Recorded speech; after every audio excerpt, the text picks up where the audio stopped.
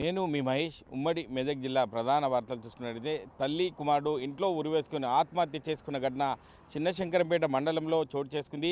ఖాజాపూర్ గ్రామానికి చెందిన అఖిల్ అనే మహిళ తన 2 సంవత్సరాల కుమారుణ్ణి రియాన్స్ గౌడ్తో కలిసి ఇంట్లో ఉరివేసుకున్న ఘటన అందరినీ కూడా కలిసివేసిందని చెప్పొచ్చు.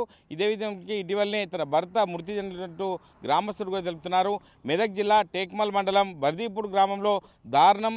భార్యను చంపి భర్త ఆత్మహత్య చేసుకోవడం జరిగింది. ఉదయం మంజులను హత్య చేసి ఉరివేసుకుని ఆత్మహత్య చేసుకున్న శ్రీశైలం బర్దీపూర్ గ్రామంలో విషాద ఛాయలు అలుముకున్నాయి.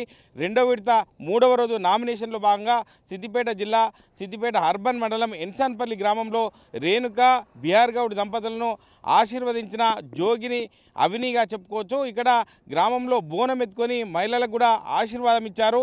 అదేవిధంగా ఇక్కడ ఎంతో సంతోషం వ్యక్తం చేస్తున్నారని చెప్పి మహిళలు కూడా అందరికీ కూడా చెప్పడం జరిగింది. పంచాయతీ ఎన్నికల్లో తనకు ఎవరు సపోర్ట్ చేయడం లేదంటూ ఎల్లయ్య అనే వ్యక్తి పురుగుల మందుతో ఆత్మహత్య చేసుకున్న సంఘటన సిద్దిపేట జిల్లాలో చోటు చేసుకుంది.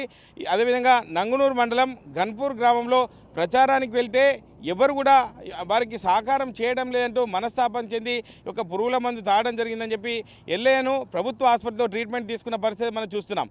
ఇది తాజా పరిస్థితి.